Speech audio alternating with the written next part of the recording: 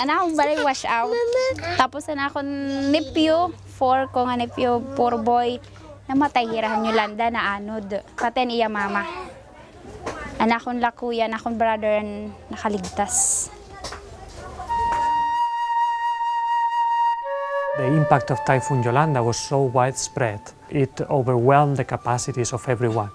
The local government, the humanitarian agencies, etc. We were spreading ourselves too thinly in addressing the needs of displaced families, and we need more people in extending immediate relief services across the region. IFRC deployed team for Bofa, for Sendong, so we were used to this. And also because it was a level 3 disaster, automatic mechanisms were put in place. And one of these mechanisms was for Federation to take commitments, to deploy sufficient capacity to support government to coordinate. And also to liaise government response with humanitarian response. So our job is to bring people at the table and to give them guidance.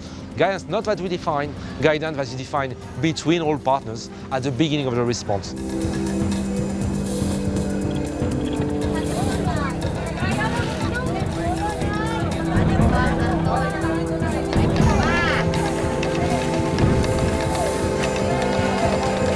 We achieve that. You then move from there to very quickly look at what is the long-term solution for these different families.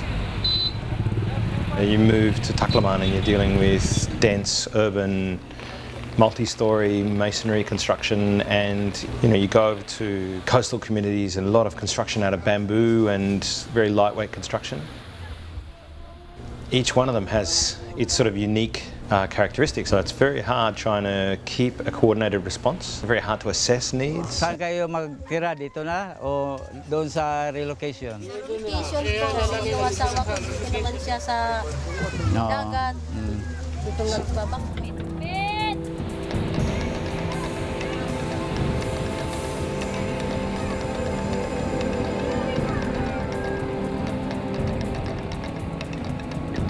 By interpolating and correlating a series of different layers of information from the baseline damage assessment to the reports relating to the intervention, we can figure where there is more need.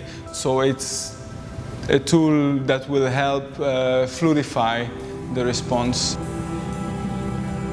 The goal of the shelter cluster is how to come up with resilient structures with the help of the local government units. And we created key messages to guide the constituents on how to build back safer. With the scale of destruction that we're talking about, we will never have the money or the capacity to build everybody's house, rebuild everybody's house. We really have to recognise that the only way forward is through owner-driven reconstruction, through families rebuilding themselves through self-recovery processes, and how we can assist and fuel, encourage and guide that self-recovery process. I-discuss ngayong araw. Ngayong araw ay malalaan natin at makiintindihan ninyo.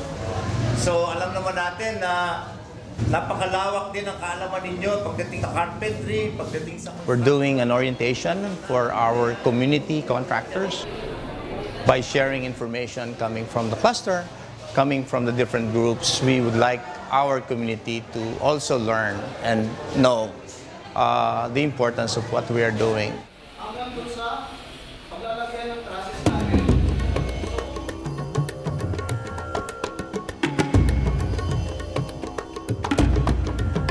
We've produced a document, the recovery shelter guidelines, identifying all the different shelter options that we recommend in different contexts, in different areas, providing guidance on targets, on specific principles and parameters to implement those shelter programs.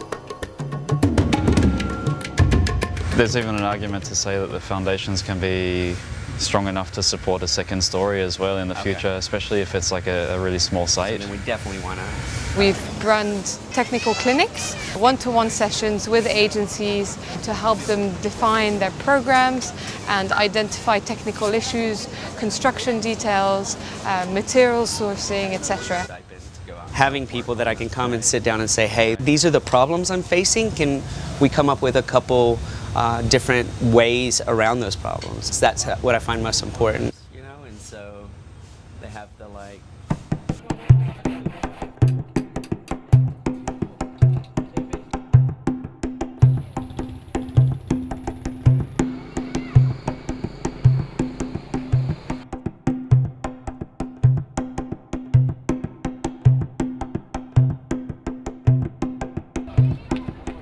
We don't have a choice what to build here, houses.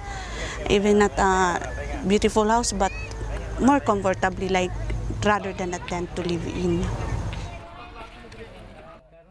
They badly need our help here, to rebuild their houses. So we struggled it out hard with the government, but then we make dialogue, we playing diplomats, and coordination with the alliance, with the shelter cluster. And the mayor finally agreed that we go with our self-recovery assistance.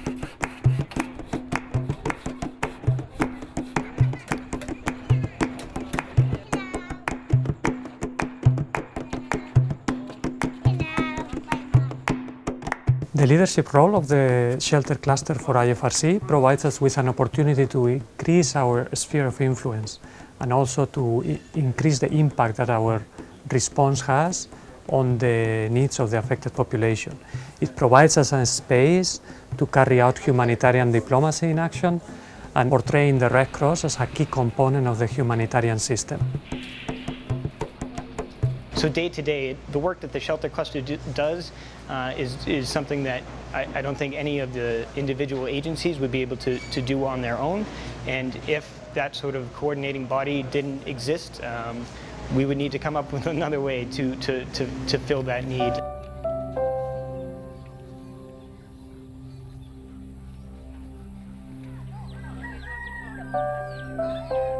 Gumaganda yung kalagayan nila at hindi na sila nasa delikadong sitwasyon na napupunta na nakakapunta na sa safe place na safe talaga na bahay na matatawag nilang tirahan nila.